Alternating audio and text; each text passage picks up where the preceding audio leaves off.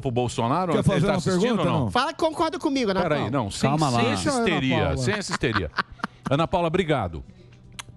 Eu que agradeço, meninos. Boa sorte aí com a entrevista aí com o presidente. E eu só gostaria que vocês perguntassem também ao presidente, se possível, se Ele tá ouvindo aí, ó. Ele tá ouvindo o presidente. Presidente, bom dia, presidente. Que bom tê-lo aqui. Então, eu já vou perguntar diretamente. Presidente que está sempre com a gente nos Pingos. Bom dia, presidente. É muito bom ter o senhor aqui nessa manhã, uma manhã tão especial, né, para a Jovem Pan. Presidente, eu, sem querer colocá-lo aí numa fogueira, mas gostaria que o senhor comentasse a prisão ilegal decretada aí pelo ministro Alexandre de Moraes, a extradição ao Alan dos Santos, e se o ministro da Justiça poderia não cumprir essa decisão de extradição, já que é um inquérito ilegal e o próprio Alan dos Santos também não tem aí foro privilegiado para estar sob a jurisdição do STF. Bom dia, presidente. Bom dia. Eu estou com o ministro da Justiça do meu lado. Conversamos um pouco sobre esse assunto. Olha o delário do presidente. Peraí, por favor. Seguir a lei, né? E ele vai estar se preparando para definir sobre esse assunto. Quer falar um pouquinho antes? Boa tarde a todos. Satisfação participar aqui. Obrigado, presidente. Satisfação. Assim que a ordem judicial chegar, nós vamos fazer uma análise disso. Não é... Na verdade, eu quero esclarecer aqui, gerou uma polêmica, presidente. Eu me desculpo, eu sei que a entrevista é sua, mas só um minutinho aqui. Na verdade, eu não dei entrevista para ninguém. No domingo eu estava saindo da igreja com minha família e uma jornalista me acordou, enfim, de maneira nenhuma, não há nenhuma declaração oficial por parte do Ministério, por parte do Ministro da Justiça sobre esse assunto. É um assunto que vai ser tratado de uma forma técnica, de uma forma extremamente observando os critérios legais, o que pode ser feito e o que não pode ser feito. E, enfim, não há uma manifestação oficial do governo em relação a isso aí. Agora, aproveitar o antes aqui, que a notícia verdadeira é o seguinte: a Polícia Federal pediu a prisão do Alan dos Santos. É isso mesmo? Exatamente. Houve uma representação da Polícia Federal, que foi acatada pelo Supremo Tribunal Federal, e a gente está analisando aí os critérios e tudo que foi feito, porque, independente da ordem de prisão, tudo isso, existe uma análise técnica pelo Ministério da Justiça, depois, no cadastramento disso junto à Interpol, tem uma série de requisitos ainda a serem cumpridos, então não é bem como foi escrito aí ao longo do final de semana, e a gente vai analisar isso com muito critério. Muito. Eu quero que a Ana Paula fale depois de mim. É o seguinte, até nós assumirmos, as coisas aconteciam e ninguém sabia como. Hoje em dia o pessoal sabe como. Né? Discute, pondera, reclama, né? E nós sabemos como esses lados que agem dessa maneira estão sofrendo. O que de bom que está acontecendo na sociedade, que o pessoal está se esclarecendo. Hoje em dia o pessoal sabe o nome da maioria do pessoal da mesa da Câmara, do Senado, dos ministros nossos, do Supremo, até do TCU, do STJ, muitas vezes. O pessoal estava adormecido tudo isso aí. É a minha opinião. Você não pode desferir ofensas às instituições, né? A Câmara, o Senado, mas as pessoas é um direito teu. Agora, o que está acontecendo realmente é liberdade de expressão, ou tem ou não tem. Não tem essa linha aqui. Tem ou não tem. E as pessoas vão vendo que o que pode perder. A perda da liberdade não acontece de uma hora para outra. Tudo que me acusava, que eu ia ser um ditador, perseguir certas minorias, primeiro que isso não é verdade. Nós estamos jogando estritamente dentro das 4 linhas. Alguém é lá para o outro lado. Só você está jogando. Olha, eu estou fazendo o possível. Quem vai mudar o Brasil somos todos nós. Cada vez mais as pessoas se conscientizam do que está acontecendo. Por que o André Mendonça, o nome dele, há 3 meses não entra em pauta? Eu não vou responder para vocês. Eu acho que cada vez mais a pessoa está sabendo por que isso tal não está acontecendo. Olha, o ano que vem, quem se eleger presidente indica 2 nomes para o Supremo no primeiro semestre de 23. Querem mudar o Supremo? Muda dessa forma. Querem mudar a presidente da República? A chance é mudar o ano que vem. governadores, etc.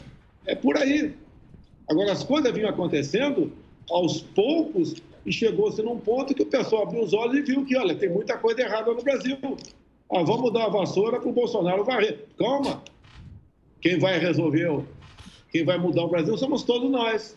Não é, você está autorizado, faça você. Se é dessa forma, se eu estou autorizado, eu estou fazendo da minha forma. Eu estou jogando dentro das 4 linhas e fazendo melhor para o meu país. E tenho dito, mais importante nossa própria vida é a nossa liberdade. Nós temos dispositivos constitucionais que está passando ao largo de muitas pessoas. Ou nós respeitamos ou não respeitamos. Qual o limite disso tudo? O TSE está me julgando. Nem vou criticar o TSE, vou criticar quem entrou com a ação. Que tipo de ação que entraram contra mim? Pegaram o recorte do jornal Folha de São Paulo e botaram, olha, apure aí. Ele fez fake news, ele usou milícias digitais, ele impulsionou, gastando dezenas de milhões de reais, fake news contra o PT. Me aponte uma fake news. É igual eu falo o tempo todo do gabinete do ódio. Me dá uma matéria do tal gabinete do ódio, uma só. Uma só pessoa que, porventura, olha, eu olhei meu zap aqui, que chegou um zap impulsional, não sei por quem, dizendo isso sobre o candidato Haddad, eu mudei meu voto. Minha ponte não tem. Fica o tempo todo atrapalhando o futuro do Brasil. Então, o que de bom está acontecendo, de bom, é isso, né? Tem um velho ditado que diz, não tem limão que não dê limonada. Alguns estão sofrendo? Não. Eu me coloco no lugar deles. Agora, o de bom, o pessoal se conscientizando. Quem vai decidir o futuro do Brasil vai ser cada um de nós, não apenas uma pessoa. Ô Bolsonaro, obrigado aí por você ter participado aí. Eu estava vendo, você estava no Jornal da Manhã falando aí com os nossos companheiros aí e tá dando uma colher de chá aqui pro Pânico e tal. A gente vê que você é um cara que você tá indo no Brasil inteiro. Você tá indo naquela região, você para com o helicóptero lá, vai lá no meio do povão, tira aquele, faz aquela carreata, aquela passeata. Você tá com contato direto com o povão. Não é Twitter, não é essa galera, assim, vamos dizer, mais elitista, que fica brigando, fica essa opinião toda que a gente tem, o Adrilles, que é todo intelectual e tal. Você tá com o povão.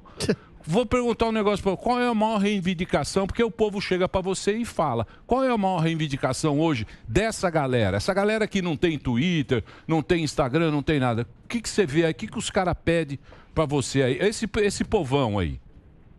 Você vê, quando dia 4 de setembro eu passei por Toritama, Pernambuco, eu parei. Estive ontem na aldeia Frechal, aqui em Raposo Serra do Sol, uma história fantástica, te conto em poucos minutos. Parei em Missão Velha, no Ceará. O que o pessoal fala? Presidente, está caro a gasolina, está caro o gás, os alimentos têm subido de preço. Bem, eu não sou o malvadão. Eu gostaria que nada disso estivesse acontecendo, mas temos que olhar o mundo. Por que chegou a esse ponto? E o que estamos fazendo? O Brasil é um dos países que, na economia, é um dos que menos está sofrendo. Trabalho nosso lá de trás, 2019, que ninguém sabia de pandemia, e durante a pandemia também. Alguns acham que trocar o presidente resolveu o assunto. Trocar o presidente, troca o ano que vem, sem problema nenhum. E cada um vai fazer a sua parte. Agora, cuidado com as facilidades. Também estive ontem em Boa Vista e fui lá no abrigo dos venezuelanos. 75% lá são crianças e mulheres, muitas grávidas. Por que chegaram nesse ponto? Acreditaram num demagogo, num cara que integrava o Foro de São Paulo. Um país integrante da OPEP e rico em ouro, está o povo na miséria. Por que chegou a esse ponto? É o povo, às vezes, buscando a facilidade. Nada é fácil nessa vida. Agora, tem certas coisas que depois que você experimenta, é quase impossível voltar atrás. Aconteceu na Venezuela, em parte está acontecendo na nossa querida Argentina aqui. É assim que as coisas acontecem. Agora, o povo conversa comigo. Desde quando estourou a pandemia, eu fui para dentro da casa do povo nas comunidades em Brasília. Fui criticado. Para mim é fácil ficar dentro do Palácio do Alvorada. Tem tudo lá que você possa imaginar, tudo que você possa imaginar. Até cinema, até lá. Jogos, academia, boa comida, tem tudo. Agora, por que eu optei para dentro do povo? Isso é em março do ano passado, no segundo ano do mandato nosso. Porque eu tenho que ver o que o povo está sentindo. E quando fala isso, eu chego na Tereza Cristina. Tereza Cristina, olha, o negócio está uma maravilha agora. Comida internamente. Paulo Guedes, a mesma coisa. Comida internamente. A gente faz para baixar isso aí. Presidente, o mundo está comprando mais. quer queira ou não, por ocasião da pandemia, se consumiu mais. Você pega no Brasil aqui, faz uma prova ali no teu... O Sulita, aí do lado aí, mais de 90% das pessoas aumentaram de peso. Se consumiu mais, ficou dentro de casa. Muitos foram obrigados a ficar dentro de casa. Até os que não tinham ganho ficaram dentro de casa, obrigados, mas com auxílio emergencial, acabaram consumindo um pouco mais. E depois vem a realidade. É o after day, é o dia seguinte, aquela velha história. Fica em casa, a economia te vê depois. E repito sempre, Sulita, talvez eu tenha sido o único chefe de Estado que fui contra essa política. Falar, ele quer matar o povo, ele é um genocida. Não, pessoal, o vírus mata, mas a fome também mata. E essa política do fica em casa desajustou os mercados. Graças a Deus, o homem do campo não parou, mas muitas outras cadeias produtivas foram à lona. Tivemos uma queda entre março e abril de mais de 1 milhão de empregos no Brasil. Lojas fechadas, gente que produzia algo que não produziu mais para voltar. Não é assim, vamos lá. Nós batemos duro em cima disso.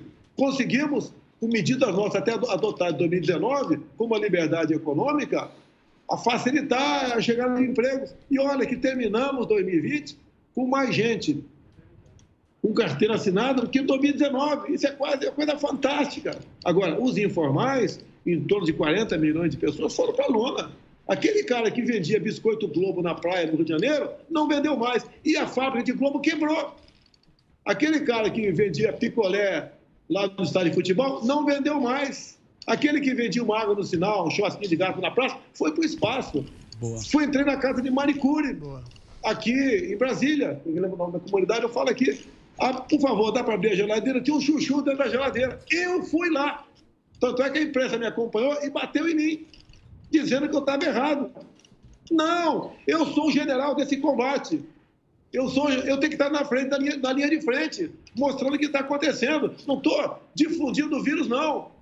Que 99% de autoridades ficaram dentro de casa. É fácil. Nós vimos aqui, sem citar nome, um governador, logo no começo da pandemia do Fim em Casa, ele lá com na frente, lá uma bacia de carne de primeira, estou em casa aqui fazendo um churrasco. Vimos artistas, atores e atrizes conhecidíssimas, né? Então, fala, olha, eu estou aqui aprendendo francês. Eu estou aqui tentando mexer com um bonequinho de papel. Fique em casa. É fácil ficar em casa. Você ganhando bem com a economia. Tendo problema, liga aqui, como é que é? iFood, liga, é fácil. Vai na Capitera, vai lá. Então, isso eu tenho. Sempre fiz. Se fosse em ano de eleições, eu podia falar, olha, eleição. Não, desde o primeiro dia eu estou na rua. Estou de moto. O helicóptero nosso, na missão que a gente cumpre, a gente chama de parada inopinada, a gente vai para dentro do povo. E a gente vê o semblante daquele povo. Como, por exemplo, esse dia mostraram fotografia de pessoal aí invadindo um caminhão de osso. A culpa é minha. O fica em casa é deles. Agora, as consequências é minha. E quando eu falo, vamos aumentar o Bolsa Família, né?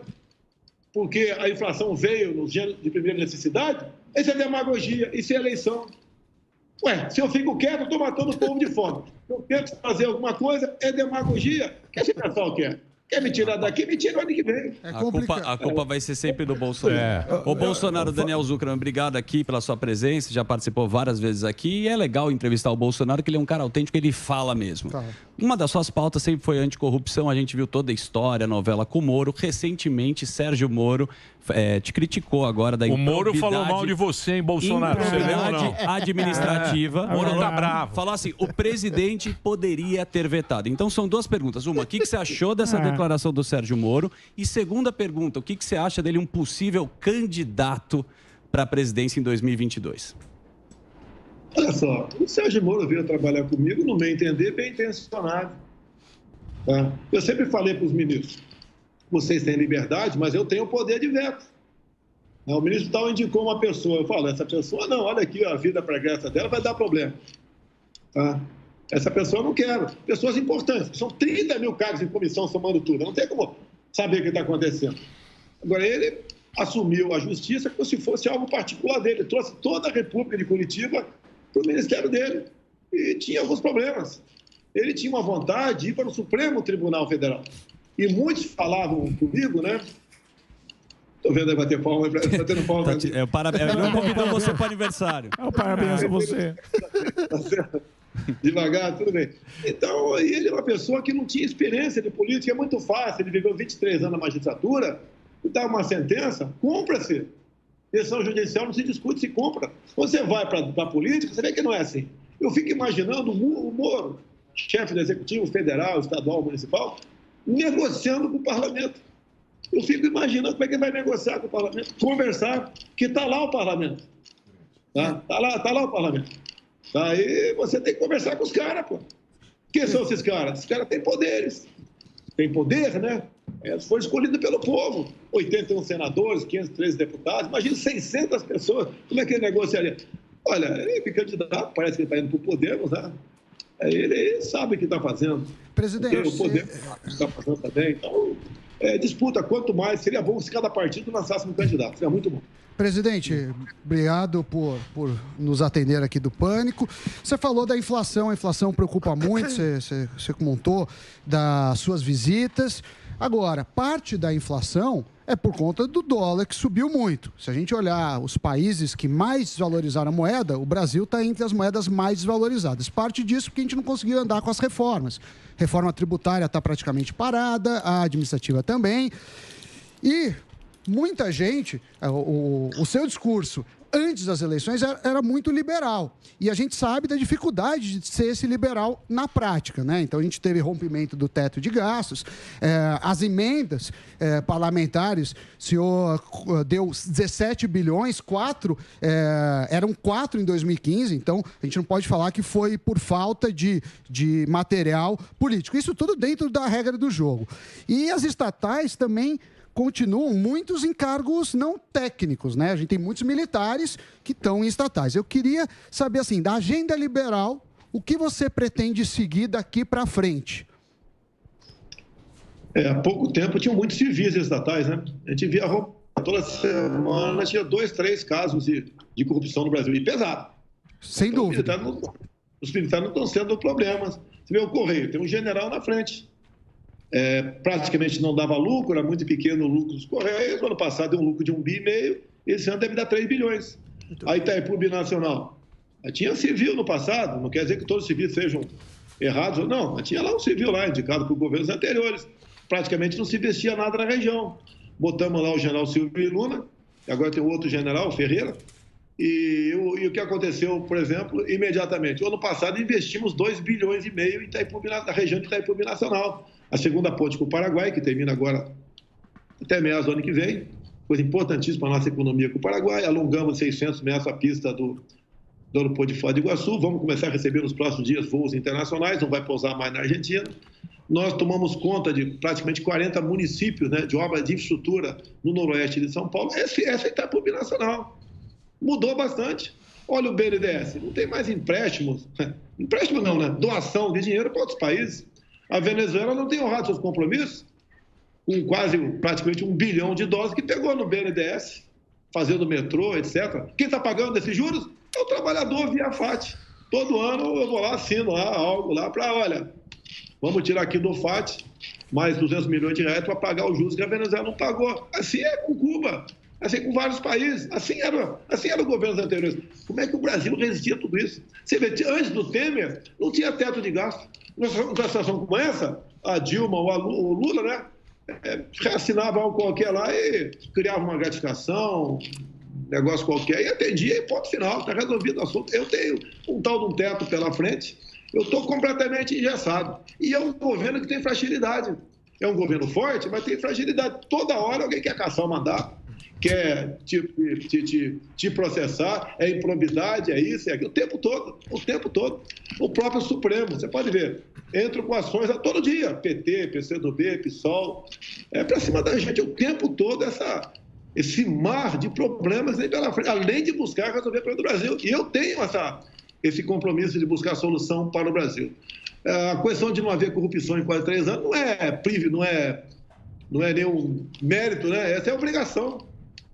Tá certo? Elas estão fazendo a coisa certa, buscando fazer a coisa certa no mercado. O mercado é um nervosinho, estou todo nervosinho. Qualquer negocinho aumenta a taxa de juros a longo prazo, perdeu mais 50 bilhões de reais, é assim que acontece. A dívida nossa está trilhões de reais. Como é que a gente trabalha dessa maneira? A questão do dólar. Você pega uma CPI, você tem a sua opinião sobre a CPI, eu tenho a minha, cada um tem a sua. Uma CPI do fim do mundo. Não se achou nada de corrupção. Não apurou a questão do consórcio do Nordeste. Estamos vendo que o Carlos Gabas jogou para o espaço 48 milhões de reais. Foi mais de 100 operações em cima dessa área da Polícia Federal. Agora, quando faz um relatório final, eu estava em 11 crimes, passou para 9. Obrigado, CPI, só 9 crimes, né? Tiraram o extermínio de índios e tiraram também genocida. Tem coisa absurda. Quando faz isso... Ô, presidente, mas isso aí não é a política? Não é a política que joga desse jeito? Hã? Não é só isso. Oi? 2 horas contigo aqui. Então, o que acontece no mundo lá fora? O Brasil está vivendo uma insegurança jurídica. Daí o dólar não baixa. Daí, complicado para a gente. Eu quero fazer uma pergunta aí para mim mesmo. É o presidente, o Bolsonaro, esse é o Bolsonaro brincalhão. É isso aí. Ô, presidente, fazer uma pergunta para mim mesmo aí, tá ok? No tocante aí a imprensa. Porque recentemente, o que a imprensa fez?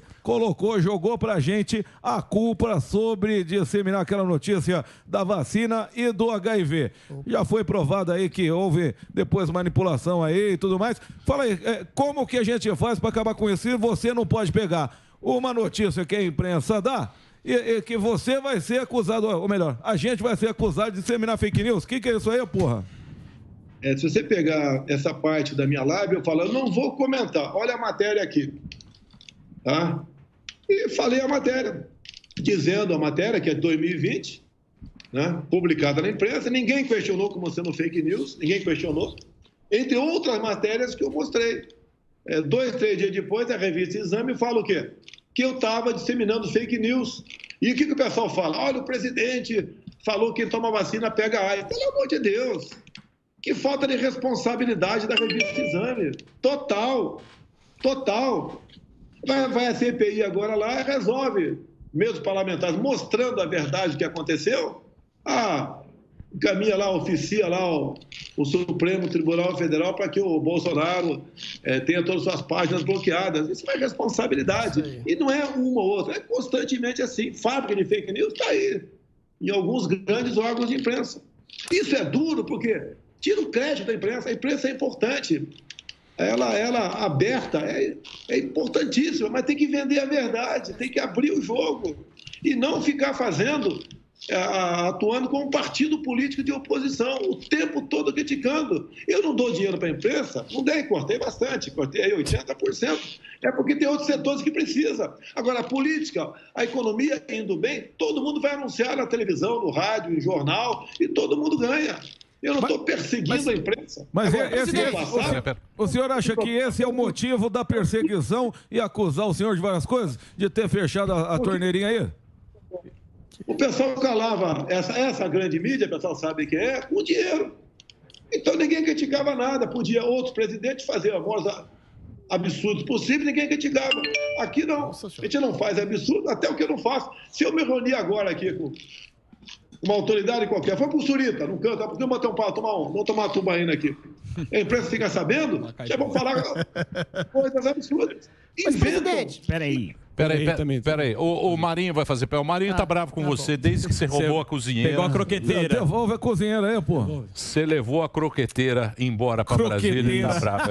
Fazer os melhores croquetes. Marinho, pergunta. Presidente Bolsonaro, André Marinho aqui, uma honra revê-lo. Você que, muito além de nosso presidente da República, é um verdadeiro mito, né, cara? Mas realmente está todo mundo aqui muito preocupado com o retorno do PT ao poder. O PT que vendeu o governo para o Centrão, comprou base parlamentar com emenda, tinha milícia digital para atacar o opositor e fez indicação de cunho político para o STF. Ninguém quer ver esse horror voltar à tona aqui, cara. Mas eu tenho uma denúncia muito mais importante aqui, pessoal, de uma prática que está acontecendo direto no meu Rio de Janeiro, onde eu nasci, onde ele militou na política, que são vários deputados nos seus gabinetes, PSB, PSOL, PT, que estão ali roubando a torta direito de salário de assessor e botando no próprio bolso, desviando dinheiro público. E o PT, inclusive, é o campeão desse ranking de peculato. Então, presidente, eu te pergunto, rachador tem que ir para a cadeia ou não?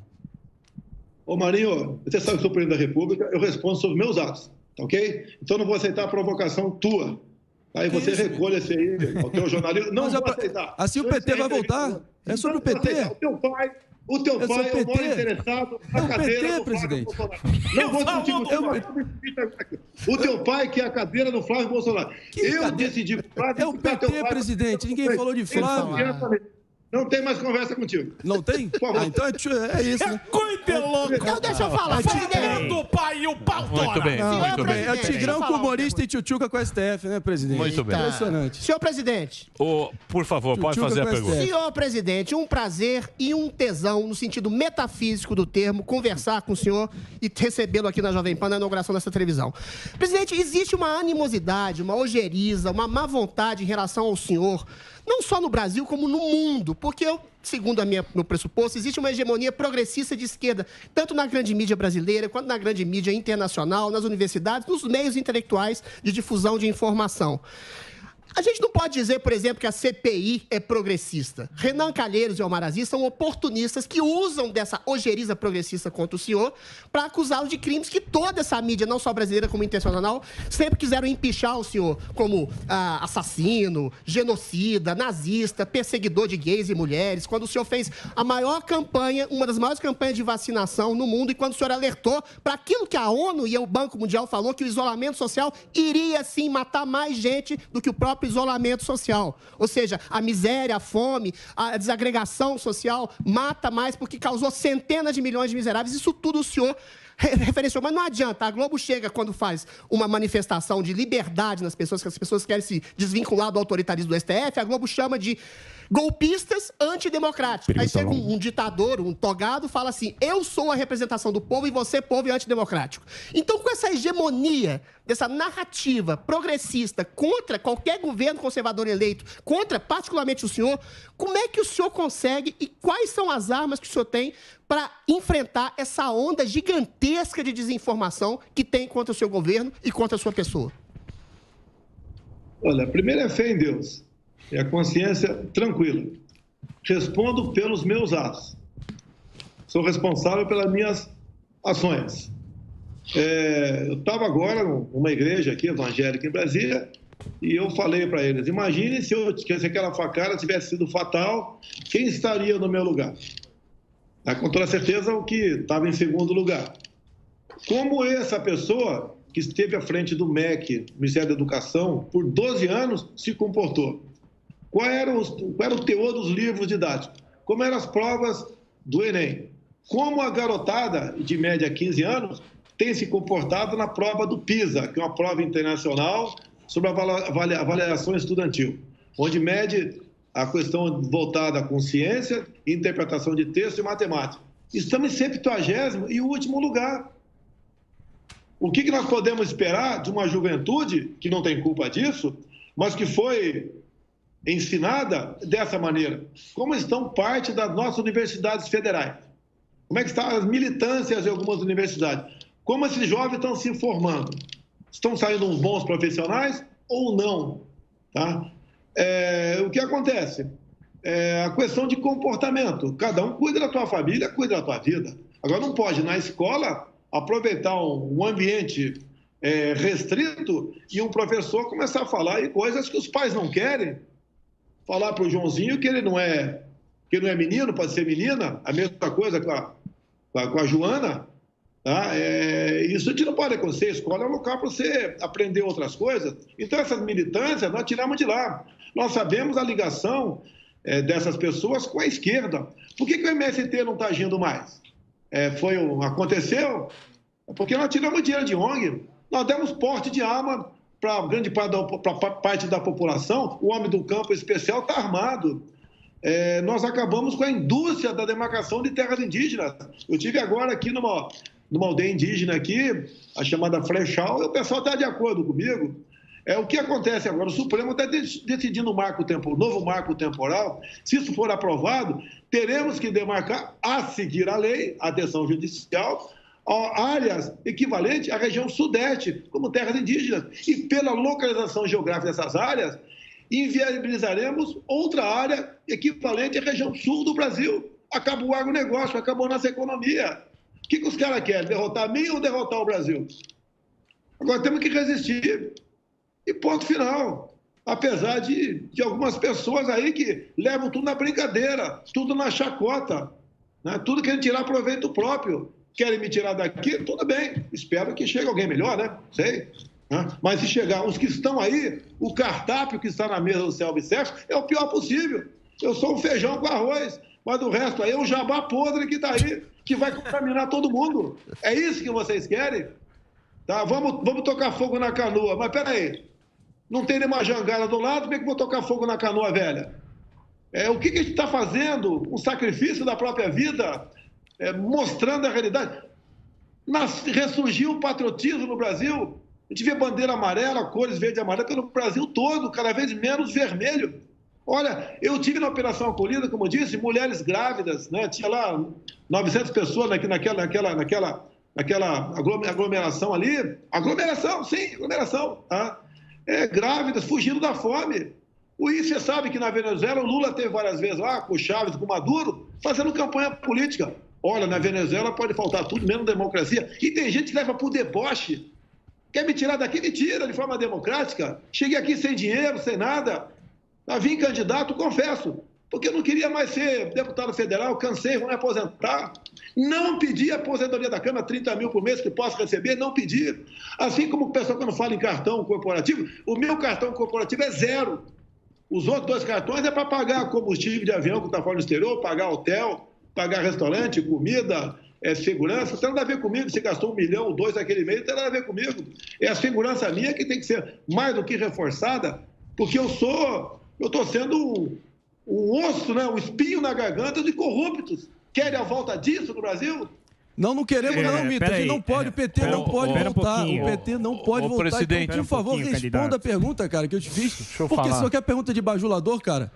Me respeita, rapaz. Bajulador é teu pai que bajulava o presidente e que não recebeu assim o PT vai voltar, hein? Você transformou em oposição porque o seu pai não recebeu o ministério. Bajulador, me respeita, cara de pau. Me respeita. O meu pai não chora no banheiro, não. Teu pai não recebeu o ministério do presidente e você fica dando de oposição aí. Eu tenho que denunciar o PT. Você vira bajulador. Ó, presidente. Me respeita. Me respeita, vagabundo. Vocês fazem essa treta do presidente. Mauricinho. Vamos lá, gralha seca. Você quer carguinho pro seu pai? Quero sim. Quer carguinho pro seu pai? Chora no banheiro. Vamos. Pro Bolsonaro? Quer fazer uma pergunta ou não? Fala que concorda comigo, Ana Paula. Peraí, não. Sem essa histeria. Ana Paula, obrigado. Eu que agradeço, meninos. Boa sorte aí com a entrevista aí com o presidente. E eu só gostaria que vocês perguntassem também ao presidente, se possível, se ele está ouvindo aí, ó. Ele está ouvindo o presidente. Presidente, bom dia, presidente. Que bom tê-lo aqui. Então, eu já vou perguntar diretamente. Presidente que está sempre com a gente nos Pingos. Bom dia, presidente. É muito bom ter o senhor aqui nessa manhã, uma manhã tão especial, né, para a Jovem Pan.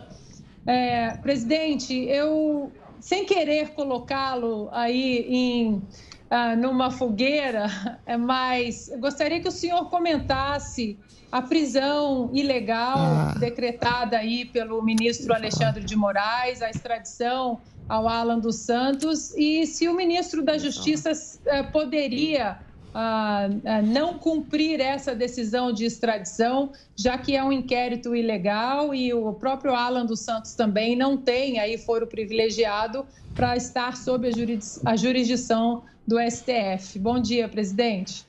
Bom dia. Eu estou com o ministro da Justiça do meu lado. Conversamos um pouco sobre esse assunto. Olha o delário do presidente. Peraí, por favor. Seguir a lei, né? E ele vai estar se preparando para definir sobre esse assunto. Quer falar um pouquinho antes? Boa tarde a todos. Satisfação participar aqui. Obrigado, presidente. Satisfação. Assim que a ordem judicial chegar, nós vamos fazer uma análise disso. Não é... Na verdade, eu quero esclarecer aqui, gerou uma polêmica, presidente. Eu me desculpe, eu sei que a entrevista é sua, mas só um minutinho aqui. Na verdade, eu não dei entrevista para ninguém. No domingo eu estava saindo da igreja com minha família e uma jornalista me acordou, enfim, de maneira nenhuma. Não há nenhuma declaração oficial por parte do Ministério, por parte do Ministro da Justiça sobre esse assunto. É um assunto que vai ser tratado de uma forma técnica, de uma forma extremamente observando os critérios legais, o que pode ser feito e o que não pode ser feito. Enfim, não há uma manifestação oficial do governo em relação a isso aí. Agora, aproveitar o lance aqui, que a notícia verdadeira é o seguinte: a Polícia Federal pediu a prisão do Alan dos Santos. É isso mesmo? Exatamente. Houve uma representação da Polícia Federal, que foi acatada pelo Supremo Tribunal Federal, e a gente está analisando aí os critérios e tudo que foi feito, porque, independente da ordem de prisão, tudo isso, existe uma análise técnica pelo Ministério da Justiça, depois, no cadastramento disso junto à Interpol, tem uma série de requisitos ainda a serem cumpridos, então não é bem como foi escrito aí ao longo do final de semana, e a gente vai analisar isso com muito critério. Muito. Eu quero que a Ana Paula fale depois de mim. É o seguinte, até nós assumimos, as coisas aconteciam e ninguém sabia como. Hoje em dia o pessoal sabe como. Discute, pondera, reclama, e nós sabemos como esses lados que agem dessa maneira estão sofrendo. O que de bom que está acontecendo na sociedade, o pessoal está se esclarecendo. Hoje em dia o pessoal sabe o nome da maioria do pessoal da mesa da Câmara, do Senado, dos ministros nossos, do Supremo, até do TCU, do STJ, muitas vezes. O pessoal estava adormecido tudo isso aí. É a minha opinião. Você não pode desferir ofensas às instituições, né? A Câmara, o Senado, mas as pessoas é um direito teu. Agora, o que está acontecendo realmente é liberdade de expressão, ou tem ou não tem. Não tem essa linha aqui. Tem ou não tem. E as pessoas vão vendo que o que pode perder. A perda da liberdade não acontece de uma hora para outra. Tudo que me acusava, que eu ia ser um ditador, perseguir certas minorias, primeiro que isso não é verdade. Nós estamos jogando estritamente dentro das 4 linhas. Alguém aloca do outro lado. Só você está jogando. Olha, eu estou fazendo o possível. Quem vai mudar o Brasil somos todos nós. Cada vez mais as pessoas se conscientizam do que está acontecendo. Por que o André Mendonça, o nome dele, há 3 meses não entra em pauta? Eu não vou responder para vocês. Eu acho que cada vez mais a pessoa está sabendo por que isso tal não está acontecendo. Olha, o ano que vem, quem se eleger presidente indica 2 nomes para o Supremo no primeiro semestre de 23. Querem mudar o Supremo? Muda dessa forma. Querem mudar a presidente da República? A chance é mudar o ano que vem. Governadores, etc. É por aí. Agora, as coisas vinham acontecendo aos poucos e chegou-se num ponto que o pessoal abriu os olhos e viu que, olha, tem muita coisa errada no Brasil. Vamos dar a vassoura para o Bolsonaro varrer. Calma. Quem vai resolver, quem vai mudar o Brasil somos todos nós. Não é, você está autorizado. Faça você. Se é dessa forma, se eu estou autorizado, eu estou fazendo da minha forma. Eu estou jogando dentro das 4 linhas e fazendo melhor para o meu país. E tenho dito. Mais importante que nossa própria vida é a nossa liberdade. Nós temos dispositivos constitucionais que está passando ao largo de muitas pessoas. Ou nós respeitamos ou não respeitamos. Qual o limite disso tudo? O TSE está me julgando. Nem vou criticar o TSE, vou criticar quem entrou com ação. Que tipo de ação que entraram contra mim? Pegaram o recorte do jornal Folha de São Paulo e botaram, olha, apure aí. Ele fez fake news. Ele usou milícias digitais, ele impulsionou, gastando dezenas de milhões de reais, fake news contra o PT. Me aponte uma fake news. É igual eu falo o tempo todo do gabinete do ódio. Me dá uma matéria do tal gabinete do ódio, uma só. Uma só pessoa que, porventura, olha, eu olhei meu zap aqui, que chegou um zap impulsionado, não sei por quem, dizendo isso sobre o candidato Haddad, eu mudei meu voto. Me aponte, não tem. Fica o tempo todo atrapalhando o futuro do Brasil. Então, o que de bom está acontecendo, de bom, é isso, né? Tem um velho ditado que diz, não tem limão que não dê limonada. Alguns estão sofrendo? Estão. Eu me coloco no lugar deles. Agora, o de bom, o pessoal se conscientizando. Quem vai decidir o futuro do Brasil vai ser cada um de nós, não apenas uma pessoa. Ô Bolsonaro, obrigado aí por você ter participado aí. Eu estava vendo, você estava no Jornal da Manhã falando aí com os nossos companheiros aí e tá dando uma colher de chá aqui pro Pânico e tal. A gente vê que você é um cara que você tá indo no Brasil inteiro. Você tá indo naquela região, você para com o helicóptero lá, vai lá no meio do povão, tira faz aquela carreata, aquela passeata. Você tá com contato direto com o povão. Não é Twitter, não é essa galera, assim, vamos dizer, mais elitista, que fica brigando, fica essa opinião toda que a gente tem, o Adrilles, que é todo intelectual e tal. Você tá com o povão. Vou perguntar um negócio para você. Qual é a maior reivindicação? Porque o povo chega para você e fala. Qual é a maior reivindicação hoje dessa galera? Essa galera que não tem Twitter, não tem Instagram, não tem nada. O que você vê aí? O que os caras pedem para você aí? Esse povão aí. Você vê, quando dia 4 de setembro eu passei por Toritama, Pernambuco, eu parei. Estive ontem na aldeia Frechal, aqui em Raposo Serra do Sol, uma história fantástica, te conto em poucos minutos. Parei em Missão Velha, no Ceará. O que o pessoal fala? Presidente, está caro a gasolina, está caro o gás, os alimentos têm subido de preço. Bem, eu não sou um malvadão. Eu gostaria que nada disso estivesse acontecendo, mas temos que olhar o mundo. Por que chegou a esse ponto? E o que estamos fazendo? O Brasil é um dos países que, na economia, é um dos que menos está sofrendo. Trabalho nosso lá de trás, 2019, que ninguém sabia de pandemia, e durante a pandemia também. Alguns acham que trocar o presidente resolveu o assunto. Trocar o presidente, troca o ano que vem. Sem problema nenhum. E cada um vai fazer a sua parte. Agora, cuidado com as facilidades. Também estive ontem em Boa Vista e fui lá no abrigo dos venezuelanos. 75% lá são crianças e mulheres, muitas grávidas. Por que chegaram nesse ponto? Acreditaram num demagogo, num cara que integrava o Foro de São Paulo. Um país integrante da OPEP e rico em ouro, está o povo na miséria. Por que chegou a esse ponto? É o povo, às vezes, buscando a facilidade. Nada é fácil nessa vida. Agora, tem certas coisas que depois que você experimenta, é quase impossível voltar atrás. Aconteceu na Venezuela, em parte está acontecendo na nossa querida Argentina aqui. É assim que as coisas acontecem. Agora, o povo conversa comigo. Desde quando estourou a pandemia, eu fui para dentro da casa do povo nas comunidades em Brasília. Fui criticado. Para mim é fácil ficar dentro do Palácio do Alvorada. Tem tudo lá que você possa imaginar. Tudo que você possa imaginar. Até cinema, até lá. Jogos, academia, boa comida, tem tudo. Agora, por que eu optei para dentro do povo? Isso é em março do ano passado. No segundo ano do mandato nosso. Porque eu tenho que ver o que o povo está sentindo. E quando fala isso, eu chego na Tereza Cristina. Tereza Cristina, olha, o negócio está uma maravilha agora. Comida internamente. Paulo Guedes, a mesma coisa. Comida internamente. Como é que faz para baixar isso aí? Presidente, o mundo está comprando mais. Quer queira ou não, por ocasião da pandemia, se consumiu mais. Você pega no Brasil aqui, faz uma prova ali no teu... O Sulita, aí do lado aí, mais de 90% das pessoas aumentaram de peso. Se consumiu mais, ficou dentro de casa. Muitos foram obrigados a ficar dentro de casa. Até os que não tinham ganho ficaram dentro de casa, obrigados, mas com auxílio emergencial, acabaram consumindo um pouco mais. E depois vem a realidade. É o after day, é o dia seguinte, aquela velha história. Fica em casa, a economia te vê depois. E repito sempre, Sulita, talvez eu tenha sido o único chefe de Estado que fui contra essa política. Falar, ele quer matar o povo, ele é um genocida. Não, pessoal, o vírus mata, mas a fome também mata. E essa política do fica em casa desajustou os mercados.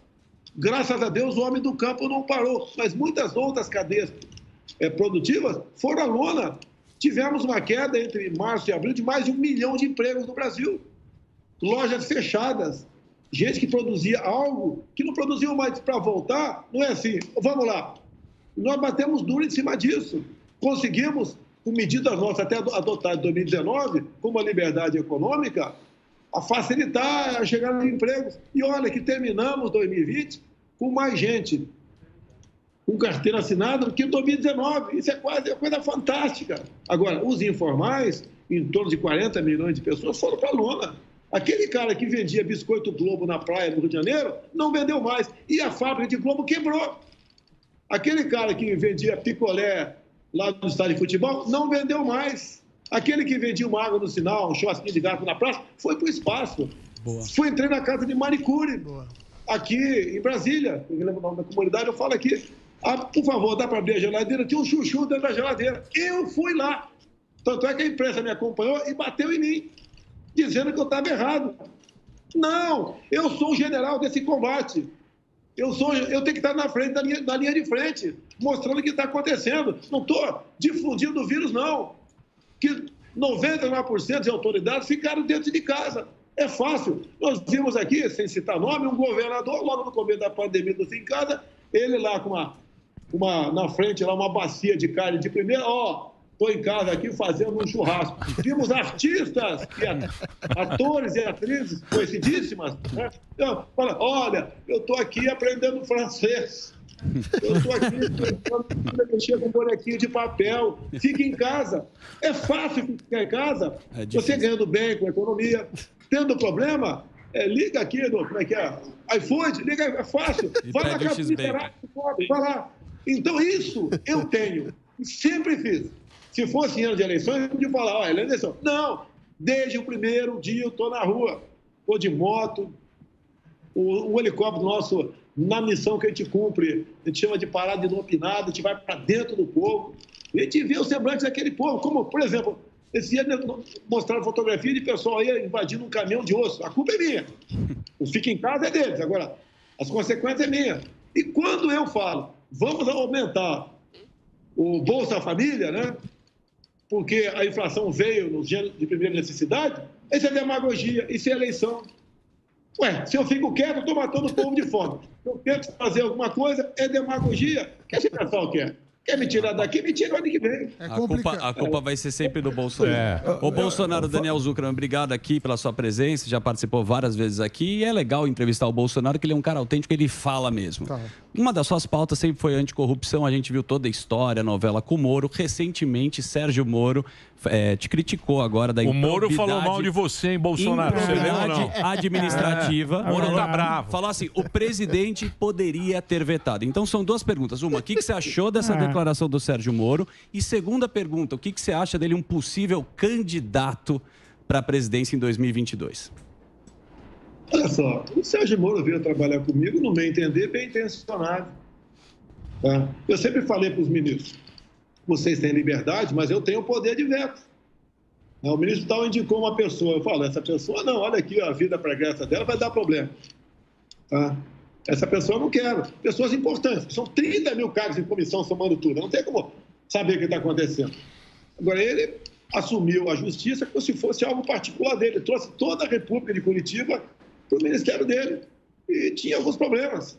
Ele tinha uma vontade de ir para o Supremo Tribunal Federal. E muitos falavam comigo, né? Estou vendo aí bater palma, batendo palma. Eu convidou você para o aniversário. Parabéns a você. Tá certo? Devagar, tudo bem. Então, ele é uma pessoa que não tinha experiência de política, é muito fácil. Ele viveu 23 anos na magistratura, e dá uma sentença, cumpra-se. Decisão judicial não se discute, se cumpra. Quando você vai para a política, você vê que não é assim. Eu fico imaginando o Moro, chefe do Executivo Federal, Estadual, Municipal, negociando com o Parlamento. Eu fico imaginando como é que ele vai negociar com o Parlamento, conversar, que está lá o Parlamento. Tá lá o Parlamento. Aí você tem que conversar com os caras, pô. Quem são esses caras? Esses caras têm poderes. Tem poder, né? Eles foram escolhidos pelo povo. 81 senadores, 513 deputados. Imagina 600 pessoas. Como é que ele negociaria? Olha, ele é candidato, parece que ele está indo para o Podemos, né? Ele sabe o que está fazendo. Presidente... O Podemos está fazendo também. Então, disputa. Quanto mais, seria bom se cada partido lançasse um candidato. Seria muito bom. Presidente, obrigado por nos atender aqui do Pânico. Você falou da inflação, a inflação preocupa muito, você comentou das suas visitas. Agora, parte da inflação é por conta do dólar, que subiu muito. Se a gente olhar os países que mais desvalorizaram a moeda, o Brasil está entre as moedas mais desvalorizadas. Parte disso porque a gente não conseguiu andar com as reformas. Reforma tributária está praticamente parada, a administrativa também. E muita gente, o seu discurso antes das eleições era muito liberal. E a gente sabe da dificuldade de ser esse liberal na prática, né? Então, a gente teve rompimento do teto de gastos, as emendas parlamentares, o senhor deu 17 bilhões, eram 4 em 2015, então a gente não pode falar que foi por falta de material político. Isso tudo dentro da regra do jogo. E as estatais também continuam muitos encargos não técnicos, né? A gente tem muitos militares que estão em estatais. Eu queria saber, assim, da agenda liberal, o que você pretende seguir daqui para frente? Há pouco tempo tinham muitos civis estatais, né? A gente via toda semana tinha 2, 3 casos de corrupção no Brasil, e pesado. Sem dúvida. Os militares não estão sendo problemas. Você vê o Correio, tem um general na frente. Praticamente não dava lucro, era muito pequeno o lucro dos Correios. No ano passado deu um lucro de 1,5 bi, esse ano deve dar 3 bilhões. A Itaipu Binacional. Tinha civil no passado, não quer dizer que todos os civis sejam errados, não, mas tinha lá um civil lá, indicado por governos anteriores. Praticamente não se investia nada na região. Botamos lá o general Silvio Luna, e agora tem outro general, Ferreira. E o que aconteceu, por exemplo, imediatamente? O ano passado investimos 2,5 bilhões na região de Itaipu Binacional. A segunda ponte com o Paraguai, que termina agora até meados do ano que vem. Coisa importantíssima para a nossa economia com o Paraguai. Alongamos 600 metros a pista do aeroporto de Foz do Iguaçu. Vamos começar a receber nos próximos dias voos internacionais, não vai pousar mais na Argentina. Nós tomamos conta de praticamente 40 municípios, né, de obras de infraestrutura no noroeste de São Paulo. Essa é Itaipu Binacional. Mudou bastante. Olha o BNDES, não tem mais empréstimos. Empréstimo não, né? Doação de dinheiro para outros países. A Venezuela não tem honrado seus compromissos, com praticamente 1 bilhão de dólares que pegou no BNDES, fazendo metrô, etc. Quem está pagando esses juros é o trabalhador via FAT. Todo ano eu vou lá, assino lá algo lá para, olha, vamos tirar aqui do FAT mais 200 milhões de reais para pagar os juros que a Venezuela não pagou. Assim é com Cuba, assim é com vários países, assim era os governos anteriores. Como é que o Brasil resistia a tudo isso? Você vê, antes do Temer, não tinha teto de gasto. Numa situação como essa, a Dilma ou o Lula, né, reassinava algo qualquer lá e criava uma gratificação, negócio qualquer, e atendia e ponto final, está resolvido o assunto. Eu tenho um tal de um teto pela frente, eu estou completamente engessado. E é um governo que tem fragilidade. É um governo forte, mas tem fragilidade. Toda hora alguém quer caçar o mandato, quer te processar, é improbidade, é isso, é aquilo, o tempo todo. O próprio Supremo, você pode ver, entra com ações a todo dia, PT, PCdoB, PSOL, para cima da gente o tempo todo esse mar de problemas aí pela frente, além de buscar resolver para o Brasil. E eu tenho esse compromisso de buscar solução para o Brasil. A questão de não haver corrupção em quase 3 anos não é nenhum mérito, né? Essa é a obrigação. Tá certo? Elas estão fazendo a coisa certa, buscando fazer a coisa certa. Agora no mercado. O mercado é nervosinho, estou todo nervosinho. Qualquer negocinho aumenta a taxa de juros a longo prazo, perdeu mais 50 bilhões de reais, é assim que acontece. A dívida nossa está em 6 trilhões de reais. Como é que a gente trabalha dessa maneira? A questão do dólar. Você pega uma CPI, você tem a tua opinião sobre a CPI, eu tenho a minha, cada um tem a sua. Uma CPI do fim do mundo. Não se achou nada de corrupção. Não apurou a questão do consórcio do Nordeste. Estamos vendo que o Carlos Gabas jogou para o espaço 48 milhões de reais. Foi mais de 100 operações em cima dessa área da Polícia Federal. Agora, quando faz um relatório final, ele estava em 11 crimes, passou para 9. Obrigado, CPI, só 9 crimes, né? Tiraram o extermínio de índios e tiraram também genocida. Tem coisa absurda quando faz isso. Ô, presidente, mas isso aí não é a política? Não é a política que joga desse jeito? Hã? Não é só isso. Oi? 2 horas contigo aqui. Então, o que acontece no mundo lá fora? O Brasil está vivendo uma insegurança jurídica, daí o dólar não baixa. Daí, complicado para a gente.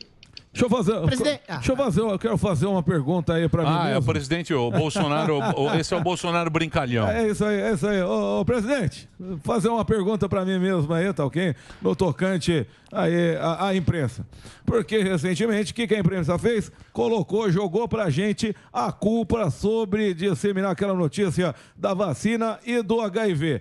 Já foi provado aí que houve depois manipulação aí e tudo mais. Fala aí, como que a gente faz para acabar com isso? Você não pode pegar uma notícia que a imprensa dá e que você vai ser acusado, ou melhor, a gente vai ser acusado de disseminar fake news. O que é isso aí, porra? Se você pegar essa parte da minha live, eu falo, eu não vou comentar. Olha a matéria aqui. Tá? E falei a matéria, dizendo a matéria que é de 2020, né, publicada na imprensa, ninguém questionou como sendo fake news, ninguém questionou, entre outras matérias que eu mostrei. 2, 3 dias depois, a revista Exame fala o quê? Que eu estava disseminando fake news. E o que o pessoal fala? Olha, o presidente falou que quem toma vacina pega AIDS. Pelo amor de Deus! Que falta de responsabilidade da revista Exame. Total. Vai a CPI agora lá e resolve, mesmo parlamentares, mostrando a verdade que aconteceu, encaminha lá, oficia lá o Supremo Tribunal Federal para que o Bolsonaro tenha todas as suas páginas bloqueadas. Isso é responsabilidade. E não é uma ou outra, é constantemente assim. Fábrica de fake news está aí, em alguns grandes órgãos de imprensa. Isso é duro porque tira o crédito da imprensa. A imprensa é importante. Ela aberta é importantíssima, mas tem que vender a verdade, tem que abrir o jogo e não ficar atuando como um partido político de oposição, o tempo todo criticando. Eu não dou dinheiro para a imprensa, não dei, cortei bastante, cortei aí 80%, é porque tem outros setores que precisam. Agora, a política, a economia indo bem, todo mundo vai anunciar na televisão, no rádio, no jornal, e todo mundo ganha. Eu não estou perseguindo a imprensa. Mas agora, o senhor acha que esse é o motivo da perseguição e acusar o senhor de várias coisas? De ter fechado a torneirinha aí? O pessoal calava essa grande mídia, o pessoal sabe quem é, com dinheiro. Então ninguém criticava nada. Podia outros presidentes fazer os maiores absurdos possíveis, ninguém criticava. Aqui não. A gente não faz absurdo, até o que eu não faço. Se eu me reunir agora aqui com uma autoridade qualquer, foi pro Surita, no canto, porque eu bater um pau, vamos tomar uma tubaína aqui. A imprensa fica sabendo, já vão falar coisas absurdas. Mas, presidente, Peraí. O Marinho vai fazer pé. O Marinho tá bravo com você desde que você roubou a cozinheira. Pegou a croqueteira. Devolve a cozinheira aí, pô. Você levou a croqueteira embora pra Brasília e tá bravo. Fazer os melhores croquetes. Marinho, pergunta. Presidente Bolsonaro, André Marinho aqui, uma honra revê-lo. Você que, muito além de nosso presidente da República, é um verdadeiro mito, né, cara? Mas realmente tá todo mundo aqui muito preocupado com o retorno do PT ao poder. O PT que vendeu o governo para o Centrão, comprou base parlamentar com emenda, tinha milícia digital para atacar o opositor e fez indicação de cunho político para o STF. Ninguém quer ver esse horror voltar à tona aqui, cara. Mas eu tenho uma denúncia muito mais importante aqui, pessoal, de uma prática que está acontecendo direto no meu Rio de Janeiro, onde eu nasci, onde ele militou na política, que são vários deputados nos seus gabinetes, PSB, PSOL, PT, que estão ali roubando a torta direito de salário de assessor e botando no próprio bolso, desviando dinheiro público. E o PT, inclusive, é o campeão desse ranking de peculato. Então, presidente, eu te pergunto, rachador tem que ir para a cadeia ou não? Ô Marinho, você sabe que sou presidente da República, eu respondo sobre meus atos, tá ok? Então não vou aceitar a provocação tua. Aí você recolhe esse aí, o teu jornalismo. Não vou aceitar. Assim o PT vai voltar. É sobre o PT. O teu pai é o maior interessado na cadeira do Flávio Bolsonaro. Não vou discutir com o teu pai que é a cadeira do Flávio Bolsonaro. Eu decidi... É o PT, presidente. Ninguém falou de Flávio. Não tem mais conversa contigo. Não tem? Então é isso, né? Coite louco! Então deixa eu falar. Do pai e o pau Muito bem, muito bem. É Tigrão com humorista e tchutchuca com a STF, né, presidente? Muito bem. Impressionante. Senhor presidente. Por favor, pode fazer a pergunta. Senhor presidente, um prazer e um tesão, no sentido metafísico do termo, conversar com o senhor e recebê-lo aqui na Jovem Pan, na inauguração dessa televisão. Presidente, existe uma animosidade, uma ojeriza, uma má vontade em relação ao senhor, não só no Brasil, como no mundo, porque segundo meu pressuposto, existe uma hegemonia progressista de esquerda, tanto na grande mídia brasileira, quanto na grande mídia internacional, nas universidades, nos meios intelectuais de difusão de informação.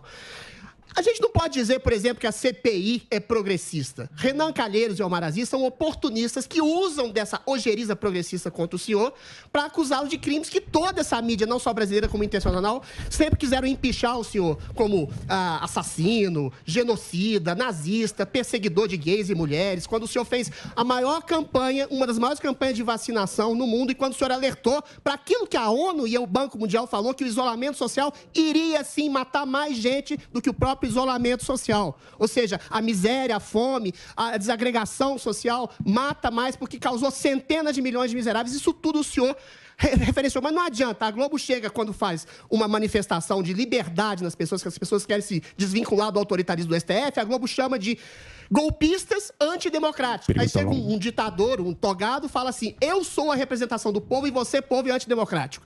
Então, com essa hegemonia, dessa narrativa progressista contra qualquer governo conservador eleito, contra particularmente o senhor, como é que o senhor consegue e quais são as armas que o senhor tem para enfrentar essa onda gigantesca de desinformação que tem contra o seu governo e contra a sua pessoa? Olha, primeiro é fé em Deus. E a consciência tranquila. Respondo pelos meus atos. Sou responsável pelas minhas ações. Eu estava agora numa igreja aqui, evangélica em Brasília, e eu falei para eles, imagine se aquela facada tivesse sido fatal, quem estaria no meu lugar? Com toda certeza o que estava em segundo lugar. Como essa pessoa que esteve à frente do MEC, Ministério da Educação, por 12 anos, se comportou? Qual era o teor dos livros didáticos? Como eram as provas do Enem? Como a garotada, de média 15 anos, tem se comportado na prova do PISA, que é uma prova internacional sobre a avaliação estudantil, onde mede a questão voltada à consciência, interpretação de texto e matemática. Estamos em 70º e último lugar. O que nós podemos esperar de uma juventude que não tem culpa disso, mas que foi ensinada dessa maneira? Como estão parte das nossas universidades federais? Como é que estão as militâncias em algumas universidades? Como esses jovens estão se formando? Estão saindo uns bons profissionais ou não? Tá? O que acontece? A questão de comportamento. Cada um cuida da tua família, cuida da tua vida. Agora, não pode, na escola, aproveitar um ambiente restrito e um professor começar a falar em coisas que os pais não querem. Falar para o Joãozinho que ele não é menino, pode ser menina. A mesma coisa com a Joana. Tá? Isso a gente não pode acontecer. A escola é um local para você aprender outras coisas. Então, essas militâncias, nós tiramos de lá. Nós sabemos a ligação dessas pessoas com a esquerda. Por que o MST não está agindo mais?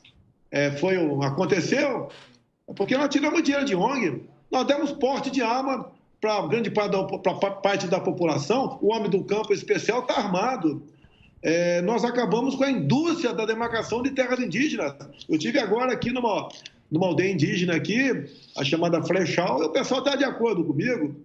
O que acontece agora? O Supremo está decidindo um novo marco temporal. Se isso for aprovado, teremos que demarcar, a seguir a lei, a decisão judicial, áreas equivalentes à região sudeste, como terras indígenas. E pela localização geográfica dessas áreas, inviabilizaremos outra área equivalente à região sul do Brasil. Acabou o agronegócio, acabou a nossa economia.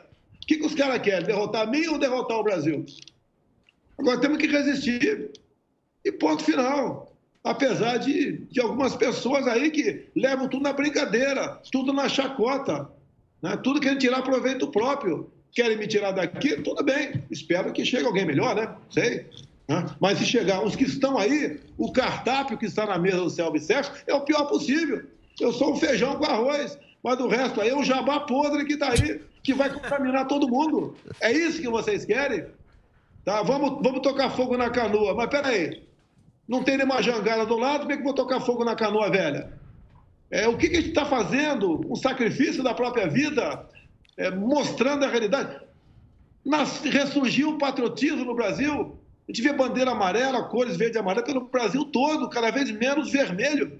Olha, eu tive na Operação Acolhida, como eu disse, mulheres grávidas, né? Tinha lá 900 pessoas naquela aglomeração ali. Aglomeração, sim, aglomeração. Tá? Grávidas, fugindo da fome. E você sabe que na Venezuela o Lula teve várias vezes lá, com o Chávez, com o Maduro, fazendo campanha política. Olha, na Venezuela pode faltar tudo, menos democracia. E tem gente que leva por deboche. Quer me tirar daqui? Me tira de forma democrática. Cheguei aqui sem dinheiro, sem nada. Vim candidato, confesso, porque eu não queria mais ser deputado federal, cansei, vou me aposentar. Não pedi a aposentadoria da Câmara, 30 mil por mês que posso receber, não pedi. Assim como o pessoal quando fala em cartão corporativo, o meu cartão corporativo é 0.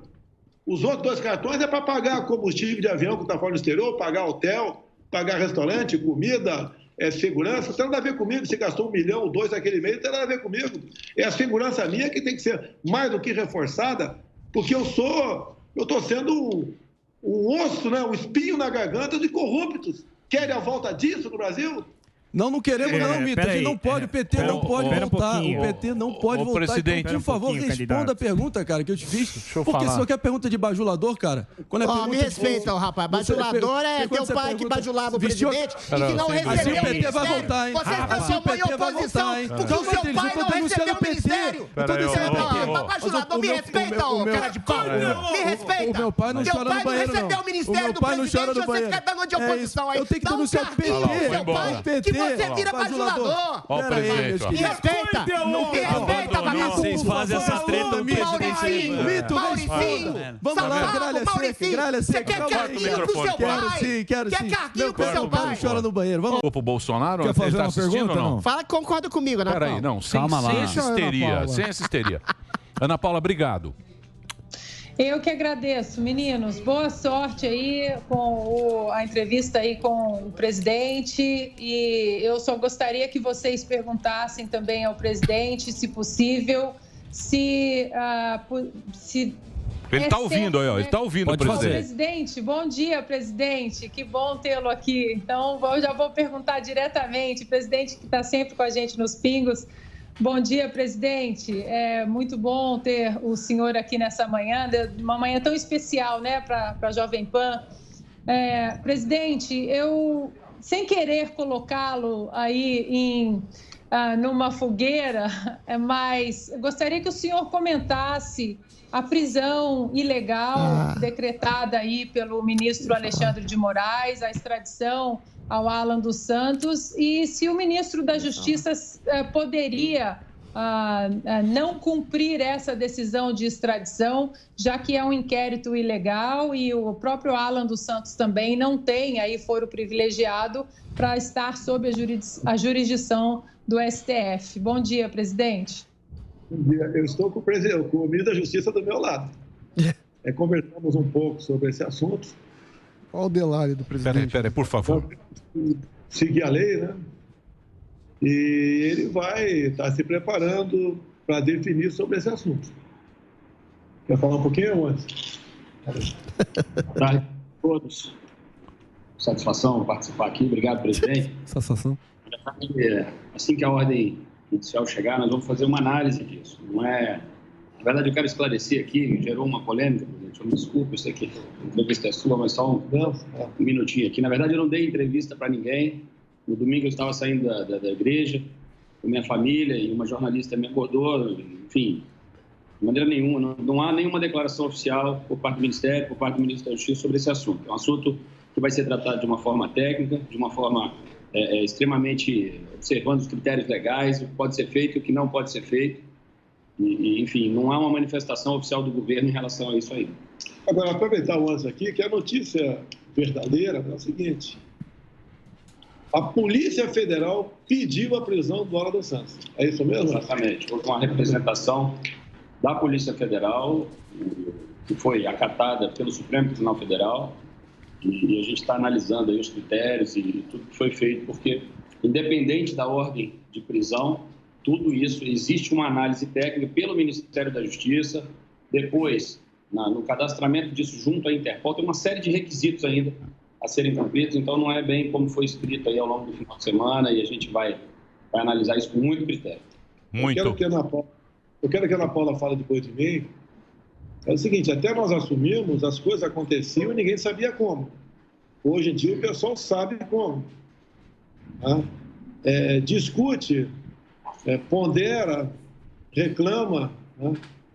E nós sabemos como esses lados que agem dessa maneira estão sofrendo. O que de bom que está acontecendo na sociedade, que o pessoal está se esclarecendo. Hoje em dia o pessoal sabe o nome da maioria do pessoal da mesa da Câmara, do Senado, dos ministros nossos, do Supremo, até do TCU, do STJ, muitas vezes. O pessoal estava adormecido tudo isso aí. É a minha opinião. Você não pode desferir ofensas às instituições, né?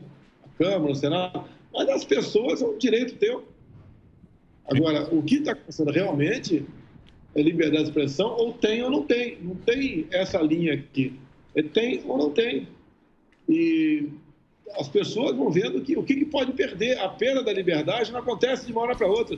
Tudo que me acusava, que eu ia ser um ditador, perseguir certas minorias, primeiro que isso não é verdade. Nós estamos jogando estritamente dentro das 4 linhas. Alguém lá para o outro lado. Só você está jogando. Olha, eu estou fazendo o possível. Quem vai mudar o Brasil somos todos nós. Cada vez mais as pessoas se conscientizam do que está acontecendo. Por que o André Mendonça, o nome dele, há 3 meses não entra em pauta? Eu não vou responder para vocês. Eu acho que cada vez mais a pessoa está sabendo por que isso tal não está acontecendo. Olha o ano que vem, quem se eleger presidente indica 2 nomes para o Supremo no primeiro semestre de 23. Querem mudar o Supremo? Muda dessa forma. Querem mudar a presidente da República? A chance é mudar o ano que vem. Governadores, etc. É por aí. Agora, as coisas vinham acontecendo aos poucos e chegou-se num ponto que o pessoal abriu os olhos e viu que, olha, tem muita coisa errada no Brasil. Vamos dar a vassoura para o Bolsonaro varrer. Calma. Quem vai resolver, quem vai mudar o Brasil somos todos nós. Não é, você está autorizado. Faça você. Se é dessa forma, se eu estou autorizado, eu estou fazendo da minha forma. Eu estou jogando dentro das 4 linhas e fazendo melhor para o meu país. E tenho dito, mais importante que nossa própria vida é a nossa liberdade. Nós temos dispositivos constitucionais que está passando ao largo de muitas pessoas. Ou nós respeitamos ou não respeitamos. Qual é o limite disso tudo? O TSE está me julgando. Nem vou criticar o TSE, vou criticar quem entrou com ação. Que tipo de ação que entraram contra mim?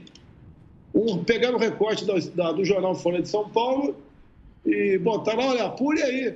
Ele fez fake news, ele usou milícias digitais, ele impulsionou, gastando dezenas de milhões de reais, fake news contra o PT. Me aponte uma fake news. É igual eu falo o tempo todo do gabinete do ódio. Me dá uma matéria do tal gabinete do ódio, uma só. Uma só pessoa que, porventura, olha, eu olhei meu zap aqui, que chegou um zap impulsionado, não sei por quem, dizendo isso sobre o candidato Haddad, eu mudei meu voto. Minha ponte não tem. Fica o tempo todo atrapalhando o futuro do Brasil. Então, o que de bom está acontecendo, de bom, é isso, né? Tem um velho ditado que diz, não tem limão que não dê limonada. Alguns estão sofrendo? Estão. Eu me coloco no lugar deles. Tá? Agora, o de bom, o pessoal se conscientizando. Quem vai decidir o futuro do Brasil vai ser cada um de nós, não apenas uma pessoa. Ô Bolsonaro, obrigado aí por você ter participado aí. Eu estava vendo, você estava no Jornal da Manhã falando aí com os nossos companheiros aí e tá dando uma colher de chá aqui pro Pânico e tal. A gente vê que você é um cara que você tá indo no Brasil inteiro. Você tá indo naquela região, você para com o helicóptero lá, vai lá no meio do povão, tira aquele, faz aquela carreata, aquela passeata. Você está com contato direto com o povão. Não é Twitter, não é essa galera assim, vamos dizer, mais elitista, que fica brigando, fica essa opinião toda que a gente tem, o Adrilles, que é todo intelectual e tal. Você está com o povão. Vou perguntar um negócio para você. Qual é a maior reivindicação? Porque o povo chega para você e fala. Qual é a maior reivindicação hoje dessa galera? Essa galera que não tem Twitter, não tem Instagram, não tem nada. O que você vê aí? O que os caras pedem para você aí? Esse povão aí. Você vê, quando dia 4 de setembro eu passei por Toritama, Pernambuco, eu parei. Estive ontem na aldeia Frechal, aqui em Raposo Serra do Sol, uma história fantástica, te conto em poucos minutos. Parei em Missão Velha, no Ceará. O que o pessoal fala? Presidente, está caro a gasolina, está caro o gás, os alimentos têm subido de preço. Bem, eu não sou o malvadão. Eu gostaria que nada disso estivesse acontecendo, mas temos que olhar o mundo. Por que chegou-se a esse ponto? E o que estamos fazendo? O Brasil é um dos países que, na economia, é um dos que menos está sofrendo. Trabalho nosso lá de trás, 2019, que ninguém sabia de pandemia, e durante a pandemia também. Alguns acham que trocar o presidente resolveu o assunto. Trocar o presidente, troca o ano que vem, sem problema nenhum. E cada um vai fazer a sua parte. Agora, cuidado com as facilidades. Também estive ontem em Boa Vista e fui lá no abrigo dos venezuelanos. 75% lá são crianças e mulheres, muitas grávidas. Por que chegaram nesse ponto? Acreditaram num demagogo, num cara que integrava o Foro de São Paulo. Um país integrante da OPEP e rico em ouro, está o povo na miséria. Por que chegou a esse ponto? É o povo, às vezes, buscando a facilidade. Nada é fácil nessa vida. Agora, tem certas coisas que depois que você experimenta, é quase impossível voltar atrás. Aconteceu na Venezuela, em parte está acontecendo na nossa querida Argentina aqui. É assim que as coisas acontecem. Agora, o povo conversa comigo. Desde quando estourou a pandemia, eu fui para dentro da casa do povo nas comunidades em Brasília. Fui criticado. Para mim é fácil ficar dentro do Palácio do Alvorada. Tem tudo lá que você possa imaginar. Tudo que você possa imaginar. Até cinema tem lá. Jogos, academia, boa comida, tem tudo. Agora, por que eu optei para dentro do povo? Isso é em março do ano passado. No segundo ano do mandato nosso. Porque eu tenho que ver o que o povo está sentindo. E quando fala isso, eu chego na Tereza Cristina. Tereza Cristina, olha, o negócio está uma maravilha agora. Comida internamente. Paulo Guedes, a mesma coisa. Comida internamente. A gente faz para baixar isso aí. Presidente, o mundo está comprando mais. Quer queira ou não, por ocasião da pandemia, se consumiu mais. Você pega no Brasil aqui, faz uma prova ali no teu... O Sulita, aí do lado aí, mais de 90% das pessoas aumentaram de peso. Se consumiu mais, ficou dentro de casa. Muitos foram obrigados a ficar dentro de casa. Até os que não tinham ganho ficaram dentro de casa, obrigados, mas com auxílio emergencial, acabaram consumindo um pouco mais. E depois vem a realidade. É o after day, é o dia seguinte, aquela velha história. Fica em casa, a economia te vê depois. E repito sempre, Sulita, talvez eu tenha sido o único chefe de Estado que fui contra essa política. Falar, ele quer matar o povo, ele é um genocida. Não, pessoal, o vírus mata, mas a fome também mata. E essa política do fica em casa desajustou os mercados.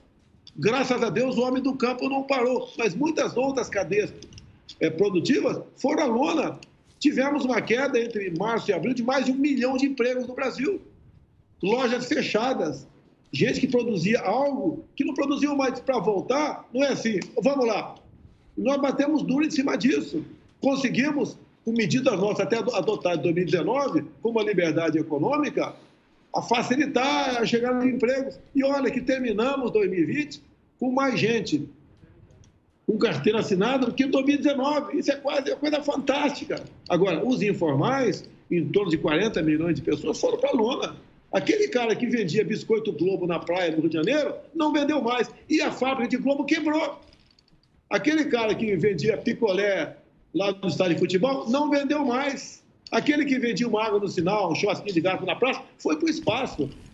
Entrei na casa de manicure, aqui em Brasília. Eu lembro o nome da comunidade, eu falo aqui. Por favor, dá para abrir a geladeira? Tinha um chuchu dentro da geladeira. Eu fui lá.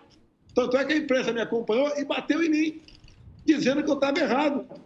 Não, eu sou o general desse combate. Eu tenho que estar na frente da linha de frente, mostrando o que está acontecendo. Não estou difundindo o vírus, não.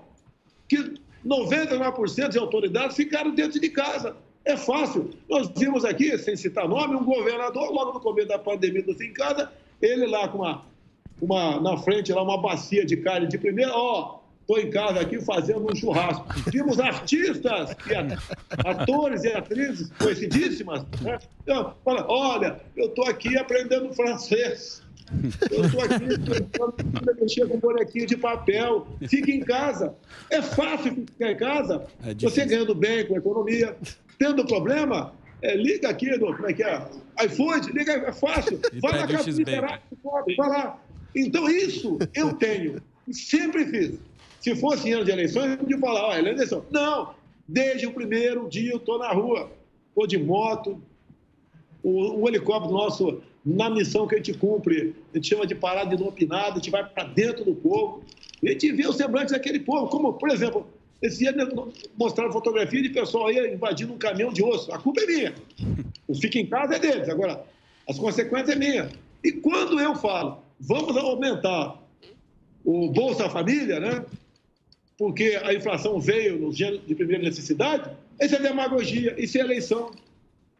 Se eu fico quieto, eu estou matando o povo de fome. Se eu tento fazer alguma coisa, é demagogia. O que esse pessoal quer? Quer me tirar daqui? Me tira o ano que vem. A culpa vai ser sempre do Bolsonaro. O Bolsonaro, Daniel Zuckerman, obrigado aqui pela sua presença, já participou várias vezes aqui, e é legal entrevistar o Bolsonaro, que ele é um cara autêntico, ele fala mesmo.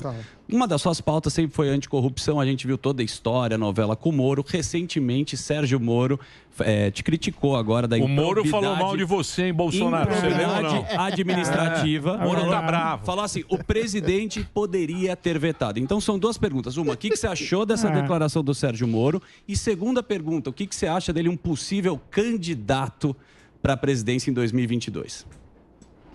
Olha só, o Sérgio Moro veio trabalhar comigo, no meu entender, bem intencionado. Tá? Eu sempre falei para os ministros, vocês têm liberdade, mas eu tenho o poder de veto. O ministro tal indicou uma pessoa, eu falo, essa pessoa não, olha aqui, a vida pregressa dela vai dar problema. Tá? Essa pessoa eu não quero. Pessoas importantes, são 30 mil cargos em comissão somando tudo, não tem como saber o que está acontecendo. Agora, ele assumiu a justiça como se fosse algo particular dele, trouxe toda a República de Curitiba para o ministério dele e tinha alguns problemas. Ele tinha uma vontade de ir para o Supremo Tribunal Federal. E muitos falavam comigo, né? Estou vendo aí bater palma, batendo palma. Não convidou você para o aniversário. Parabéns a você. Tá certo? Devagar, tudo bem. Então, ele é uma pessoa que não tinha experiência de política, é muito fácil. Ele viveu 23 anos na magistratura, e dá uma sentença, cumpra-se. Decisão judicial não se discute, se compra. Quando você vai para a política, você vê que não é assim. Eu fico imaginando o Moro, chefe do Executivo Federal, Estadual, Municipal, negociando com o Parlamento. Eu fico imaginando como é que ele vai negociar com o Parlamento, conversar, porque está lá o Parlamento. Tá lá o Parlamento. Aí você tem que conversar com os caras, pô. Quem são esses caras? Esses caras têm poderes. Tem poder, né? Foi escolhido pelo povo. 81 senadores, 513 deputados. Imagina 600 pessoas. Como é que ele negociaria? Olha, ele fica candidato, parece que ele está indo para o Podemos, né? Ele sabe o que está fazendo. Presidente, o Podemos está fazendo também. Então, disputa. Quanto mais, seria bom se cada partido lançasse um candidato. Seria muito bom. Presidente, obrigado por nos atender aqui do Pânico. Você falou da inflação, a inflação preocupa muito, você comentou das suas visitas. Agora, parte da inflação é por conta do dólar, que subiu muito. Se a gente olhar os países que mais desvalorizaram a moeda, o Brasil está entre as moedas mais desvalorizadas. Parte disso porque a gente não conseguiu andar com as reformas. Reforma tributária está praticamente parada, a administrativa também. E muita gente, o seu discurso antes das eleições era muito liberal. E a gente sabe da dificuldade de ser esse liberal na prática, né? Então, a gente teve rompimento do teto de gastos, as emendas parlamentares, o senhor deu 17 bilhões, eram 4 em 2015, então a gente não pode falar que foi por falta de material político. Isso tudo dentro da regra do jogo. E as estatais também continuam muitos encargos não técnicos, né? A gente tem muitos militares que estão em estatais. Eu queria saber, assim, da agenda liberal, o que você pretende seguir daqui para frente? Há pouco tempo tinham muitos civis estatais, né? A gente via toda semana, tinha 2, 3 casos de corrupção no Brasil, e pesado. Sem dúvida. Os militares não estão sendo problemas. Você vê o Correio, tem um general na frente. Praticamente não dava lucro, era muito pequeno o lucro dos Correios. No ano passado deu um lucro de 1,5 bi, esse ano deve dar 3 bilhões. A Itaipu Binacional. Tinha civil no passado, não quer dizer que todos os civis sejam errados ou não, mas tinha lá um civil lá, indicado por governos anteriores. Praticamente não se investia nada na região. Botamos lá o general Silvio Luna, e agora tem o outro general, Ferreira. E o que aconteceu, por exemplo, imediatamente? O ano passado investimos 2,5 bilhões na região de Itaipu Binacional. A segunda ponte com o Paraguai, que termina agora até meados do ano que vem, coisa importantíssima para a nossa economia com o Paraguai. Alongamos 600 metros a pista do aeroporto de Foz do Iguaçu. Vamos começar a receber nos próximos dias voos internacionais, não vai pousar mais na Argentina. Nós tomamos conta de praticamente 40 municípios, né, de obras de infraestrutura no noroeste de São Paulo. Essa é Itaipu Binacional. Mudou bastante. Olha o BNDES, não tem mais empréstimos. Empréstimo não, né? Doação de dinheiro para outros países. A Venezuela não tem honrado seus compromissos, com praticamente $1 bilhão que pegou no BNDES, fazendo metrô, etc. Quem está pagando esses juros é o trabalhador via FAT. Todo ano eu vou lá, assino lá algo lá para, olha, vamos tirar aqui do FAT mais 200 milhões de reais para pagar os juros que a Venezuela não pagou. Assim é com Cuba, assim com vários países, assim era os governos anteriores. Como é que o Brasil resistia a tudo isso? Você vê, antes do Temer, não tinha teto de gasto. Numa situação como essa, a Dilma ou o Lula, né, reassinava algo qualquer lá e criava uma gratificação, negócio qualquer, e atendia e ponto final, está resolvido o assunto. Eu tenho um tal de um teto pela frente, eu estou completamente engessado. E é um governo que tem fragilidade. É um governo forte, mas tem fragilidade. Toda hora alguém quer caçar o mandato. quer te processar, é improbidade, é isso, é aquilo, o tempo todo. O próprio Supremo, você pode ver, entram com ações a todo dia, PT, PCdoB, PSOL, para cima da gente o tempo todo esse mar de problemas aí pela frente, além de buscar resolver para o Brasil. E eu tenho esse compromisso de buscar solução para o Brasil. A questão de não haver corrupção em quase 3 anos não é nenhum mérito, né? Essa é a obrigação. Tá certo? Elas estão fazendo a coisa certa, buscando fazer a coisa certa. Agora no mercado. O mercado é um nervosinho, estou todo nervosinho. Qualquer negocinho aumenta a taxa de juros a longo prazo, perdeu mais 50 bilhões de reais, é assim que acontece. A dívida nossa está em 6 trilhões de reais. Como é que a gente trabalha dessa maneira? A questão do dólar. Você pega uma CPI, você tem a tua opinião sobre a CPI, eu tenho a minha, cada um tem a sua. Uma CPI do fim do mundo. Não se achou nada de corrupção. Não apurou a questão do consórcio do Nordeste. Estamos vendo que o Carlos Gabas jogou para o espaço 48 milhões de reais. Foi mais de 100 operações em cima dessa área da Polícia Federal. Agora, quando faz um relatório final, ele estava em 11 crimes, passou para 9. Obrigado, CPI, só 9 crimes, né? Tiraram o extermínio de índios e tiraram também genocida. Tem coisa absurda. Agora, quando faz isso... presidente, mas isso aí não é a política? Não é a política que joga desse jeito? Hã? Não é só isso. Oi? 2 horas contigo aqui. Então, o que acontece no mundo lá fora? O Brasil está vivendo uma insegurança jurídica, daí o dólar não baixa.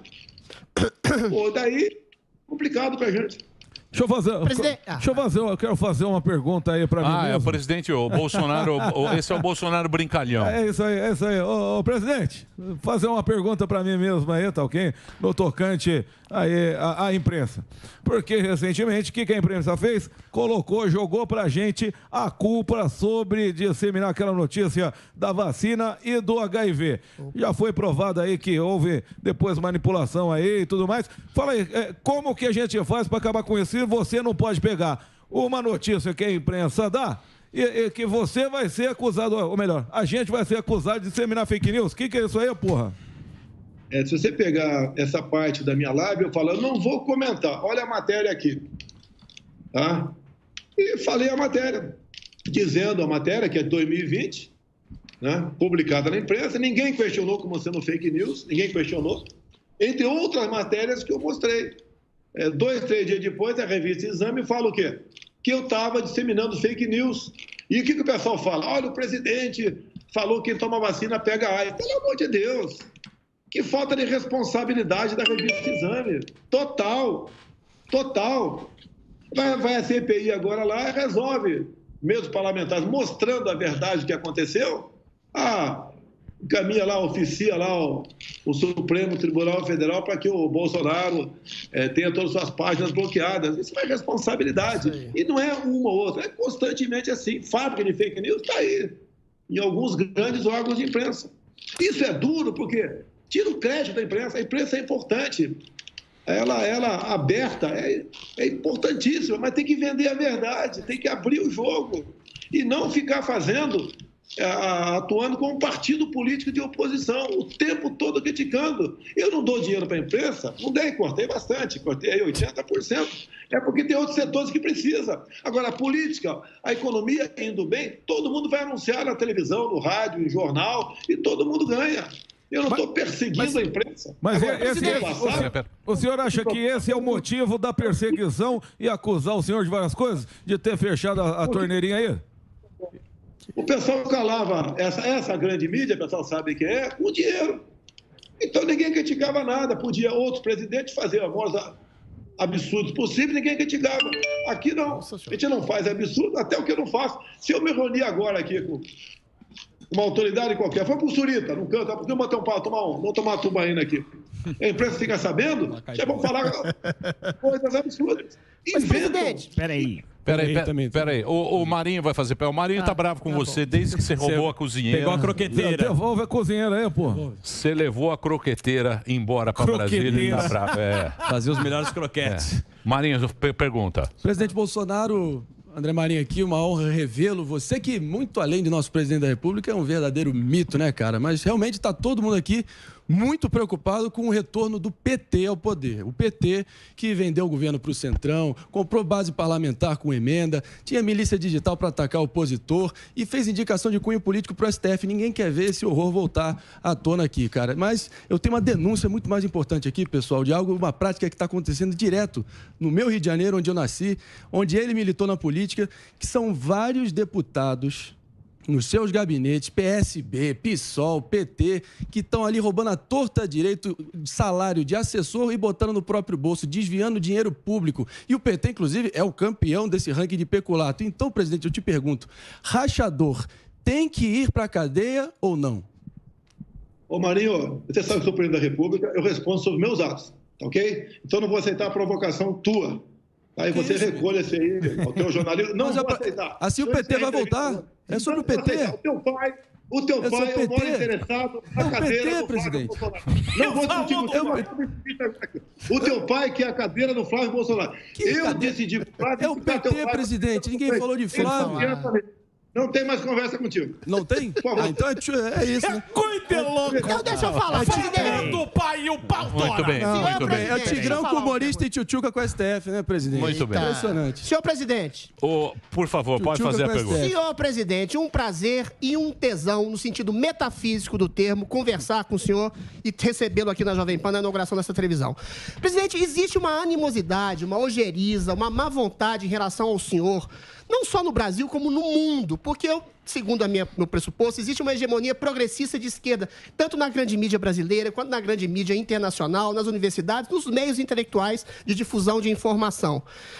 A gente não pode dizer, por exemplo, que a CPI é progressista. Renan Calheiros e Omar Aziz são oportunistas que usam dessa ojeriza progressista contra o senhor para acusá-lo de crimes que toda essa mídia, não só brasileira como internacional, sempre quiseram empichar o senhor como assassino, genocida, nazista, perseguidor de gays e mulheres, quando o senhor fez a maior campanha, uma das maiores campanhas de vacinação no mundo, e quando o senhor alertou para aquilo que a ONU e o Banco Mundial falou, que o isolamento social iria, sim, matar mais gente do que o próprio isolamento social. Ou seja, a miséria, a fome, a desagregação social mata mais porque causou centenas de milhões de miseráveis. Isso tudo o senhor referenciou. Mas não adianta. A Globo chega quando faz uma manifestação de liberdade nas pessoas, que as pessoas querem se desvincular do autoritarismo do STF, a Globo chama de golpistas antidemocráticos. Aí chega um ditador, um togado, fala assim, eu sou a representação do povo e você, povo, é antidemocrático. Então, com essa hegemonia, dessa narrativa progressista contra qualquer governo conservador eleito, contra particularmente o senhor, como é que o senhor consegue e quais são as armas que o senhor tem para enfrentar essa onda gigantesca de desinformação que tem contra o seu governo e contra a sua pessoa? Olha, primeiro é fé em Deus. É a consciência tranquila. Respondo pelos meus atos. Sou responsável pelas minhas ações. Eu estava agora numa igreja aqui, evangélica, em Brasília, e eu falei para eles, imagine se aquela facada tivesse sido fatal, quem estaria no meu lugar? Com toda certeza, o que estava em segundo lugar. Como essa pessoa que esteve à frente do MEC, Ministério da Educação, por 12 anos, se comportou? Qual era o teor dos livros didáticos? Como eram as provas do Enem? Como a garotada, de média 15 anos, tem se comportado na prova do PISA, que é uma prova internacional sobre a avaliação estudantil, onde mede a questão voltada à consciência, interpretação de texto e matemática. Estamos em 70º e último lugar. O que nós podemos esperar de uma juventude que não tem culpa disso, mas que foi ensinada dessa maneira? Como estão parte das nossas universidades federais? Como é que estão as militâncias em algumas universidades? Como esses jovens estão se formando? Estão saindo uns bons profissionais ou não? Tá? O que acontece? A questão de comportamento. Cada um cuida da tua família, cuida da tua vida. Agora, não pode, na escola, aproveitar um ambiente restrito e um professor começar a falar coisas que os pais não querem. Falar para o Joãozinho que ele não é menino, pode ser menina, a mesma coisa com a Joana. Tá? Isso a gente não pode acontecer. A escola é um local para você aprender outras coisas. Então, essas militâncias, nós tiramos de lá.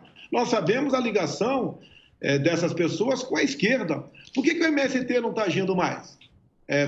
Aconteceu Porque nós tiramos dinheiro de ONG, nós demos porte de arma para grande parte da população, o homem do campo especial está armado.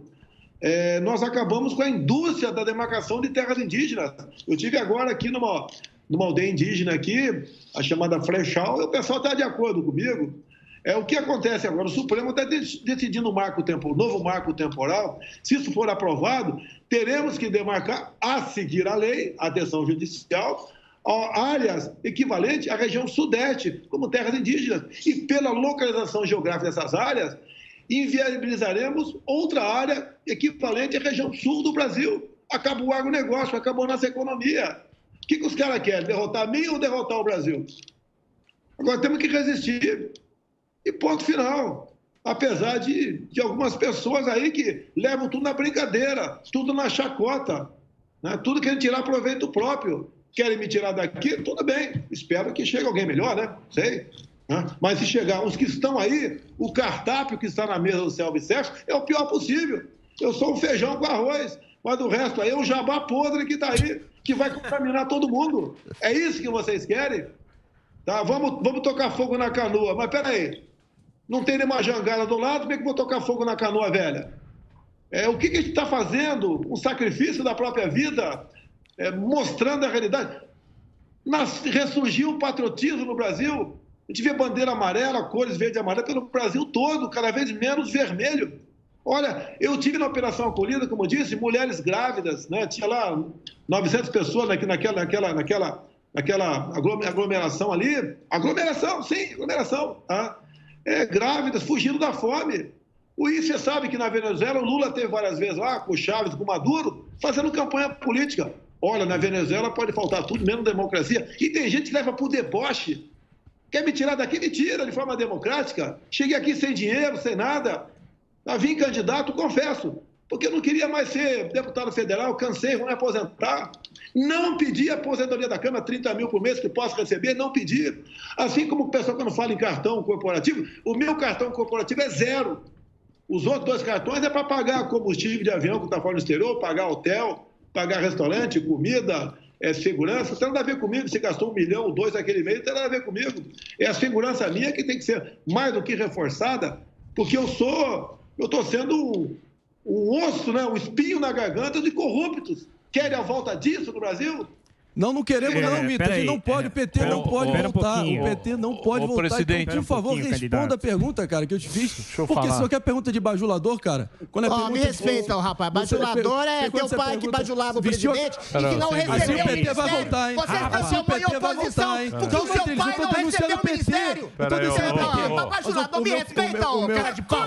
Me respeita. O meu pai não chora no banheiro, não. Teu pai não recebeu o ministério do presidente e você fica dando de oposição aí. Eu tenho que denunciar o PT. Você vira bajulador. Ó, presidente, Me respeita. Me respeita, vagabundo. Vocês fazem essas tretas, o presidente. Mauricinho. Vamos lá, gralha seca. Você quer carguinho pro seu pai? Quero sim. Quer carguinho pro seu Meu pai pai? não chora no banheiro. Vamos